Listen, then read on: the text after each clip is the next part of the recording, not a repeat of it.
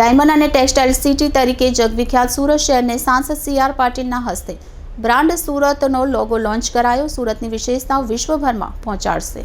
Surat diamond અને textile city તરીકે જગવિખ્યાત સુરત શહેરને હવે સમગ્ર વિશ્વમાં બ્રાન્ડ તરીકે રજૂ કરવા માટે સુરતના ઉદ્યોગપતિ, વ્યવસાયિકો અને યુવાનોની ટીમે બ્રાન્ડ સુરત ફાઉન્ડેશનની સ્થાપના કરી છે. આજરોજ સાંસદ અને ગુજરાત ભાજપના પ્રદેશ અધ્યક્ષ CR પાટીલના હસ્તે બ્રાન્ડ સુરતનો લોગો લોન્ચ કરવામાં આવ્યો હતો. બ્રાન્ડ સુરત હેઠળ સુરતની જે વિશેષતાઓ છે તેને વિશ્વ સુધી પહોંચાડવાનું કાર્ય કરવામાં આવશે. સુરત શહેરની ઘણી એવી વિશેષતાઓ છે જેનાથી દેશના અન્ય શહેરો સાથે જ વિશ્વના દેશ અજાણ છે. ત્યારે સુરતને એક બ્રાન્ડ તરીકે રજૂ કરવાનો વિચાર સુરતના જાગૃત નાગરિકોને આવ્યો અને તે હવે મૃતમંત થવા જઈ રહ્યો છે. આ વિચાર સાથે બ્રાન્ડ સુરત ફાઉન્ડેશનની સ્થાપના કરવામાં આવી. આજ રોજ બ્રાન્ડ સુરતનો લોગો લોન્ચિંગ કાર્યક્રમનું આયોજન કરવામાં આવ્યું હતું. કાર્યક્રમની શરૂઆત દીપ પ્રાગટ્ય સાથે થઈ હતી. ત્યારબાદ સાંસદ CR પાટીલના હસ્તે લોગોનું અનાવરણ કરવામાં આવ્યું હતું. આ પ્રસંગે સાંસદ CR પાટીલ દ્વારા એક નવી પહેલની સરાહના કરવામાં આવી હતી અને સરકાર દ્વારા સંસ્થાને તમામ પ્રકારની મદદનું આશ્વાસન આપવામાં આવ્યું હતું.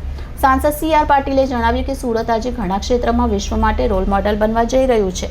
દુનિયાની સૌથી મોટી ઓફિસ બિલ્ડિંગ સુરતમાં છે. સુરત મહાનગરપાલિકા દ્વારા 29 માળના ટ્વિન ટાવર્સનું નિર્માણ કરવામાં આવી રહ્યું છે.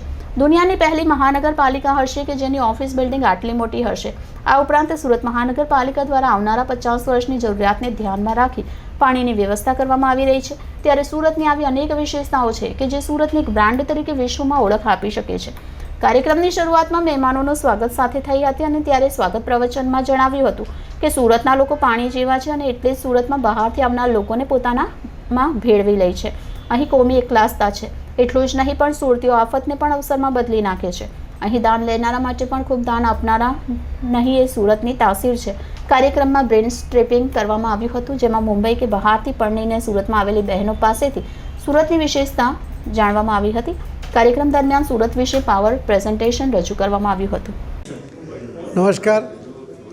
સુરતના કેવા કેટલાક યુવા મિત્રોએ ભેગા થઈને સુરતની બ્રાન્ડ બનાવવાનું નક્કી કર્યું. એના માટે એમણે ખૂબ મોટી ટીમ બનાવી. લગભગ 200-250 લોકોની ટીમ બની. એમના સજેશનો સાથે આજે એમણે સુરત બ્રાન્ડના કાર્યક્રમ લોન્ચ કર્યો છે. સુરતની વિશેષતાઓ, સુરતના લોકોની દીર્ઘદ્રષ્ટિ કે સુરતમાં સહકારી ક્ષેત્રના લોકોએ પેન્ટાગોન કરતાં પણ મોટી બિલ્ડિંગ બનાવીને એક બ્રાન્ડ ઊભી કરી છે. સુરત મહાનગરપાલિકાએ 29 માળની કોર્પોરેશનની બિલ્ડિંગ નિર્માણનું કામ ચાલુ કર્યું છે જે દુનિયામાં પ્રથમ મહાનગરપાલિકાની ઓફિસ હશે. સાથે સાથે સરકારમાંથી 29 માળનું મિની સચિવાલય પણ એ સુરતમાં બનવાનું શરૂ છે. એ પણ એક બ્રાન્ડ છે કે કોઈ પણ શહેરમાં તમામ સરકારી ઓફિસો એક જ બિલ્ડિંગમાં હોય એ પણ કદાચ આખા દુનિયામાં પ્રથમ છે. આવનારા દિવસોમાં 50 વર્ષ સુધી સુરતનું જે પોપ્યુલેશન વધશે અને ઇન્ડસ્ટ્રી આવશે, એમને જોઈતું પાણી, એના માટેની 50 વર્ષ સુધીની વ્યવસ્થા સુરત મહાનગરપાલિકાએ સુરતના શહેરીજનો સાથે મળીને કરી છે. એ પણ એક મોટી બ્રાન્ડ છે. આવા અનેક બ્રાન્ડેડ ઘણી બધી વસ્તુઓ આપણને સુરતમાં જોવા મળે છે. એ જ્યારે બ્રાન્ડ કરીને લોકો પ્રચાર કરશે દેશ અને દુનિયામાં, એનાથી સુરતના લોકોને વેપારમાં ફાયદો થશે અને એનાથી આપણી પ્રોડક્ટ આપણે બહાર સારી રીતે વેચી શકીશું. લોકો સુરત તરફ આવવા માટે આકર્ષાશે. એનાથી પણ બિઝનેસ વધશે. ધન્યવાદ. નમસ્કાર. ગિરીશ લુથરા, બ્રાન્ડ સુરતનો બધા બિહાફ પર હું તમને પ્રેઝન્ટ કરું છું. સુરત બ્રાન્ડ શું છે? અમે લોકો સુરતમાં સુરતીઓ કામ કરવાના ટેવાયા, પણ પોતાના ઢોલ વગાડતા અમને આવડે નહીં અને એટલા માટે અમને ઓછા લોકો ઓળખે અને વર્લ્ડમાં અમારા કામો ઓછા ઓળખાય. તો હવે આપણા PM સાહેબે આપણને શીખવાડ્યું કે જેટલું કામ કરો એટલું લોકોને બતાવો, પણ તાકી એનાથી આપણું કામ વધારે સારું થાય અને લોકોની મદદ પણ વધારે મળે.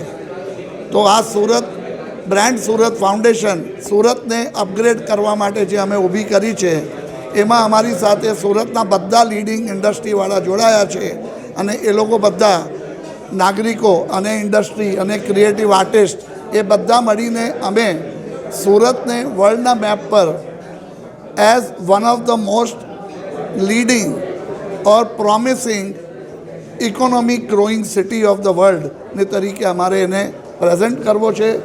હેપીનેસ ઇન્ડેક્સમાં આપણે સુરતી કહેવાઈએ સુરતી લાલા, પણ સુરતી લાલા એટલે હસતા રમતા પણ છતાં સારો ધંધો કરતા, એ આપણા આપણી તાકાત છે એ તાકાત આપણે લોકો સુધી લઈ જઈએ અને સુરતને વધારે વોન્ટેડ સિટી, લોકોને અહીં આવીને એવું હોવું જોઈએ કે મારે બધા સુરત જવું છે. અત્યારે બધાને લાગે કે મારે બોમ્બે જવું છે, ગુડગાંવ જવું છે. આપણે એ રીતનું એક અભિગમ હાથમાં લીધો છે અને એ અભિગમ સાથે અમે આ બ્રાન્ડ સુરત ફાઉન્ડેશન ઊભી કરી છે.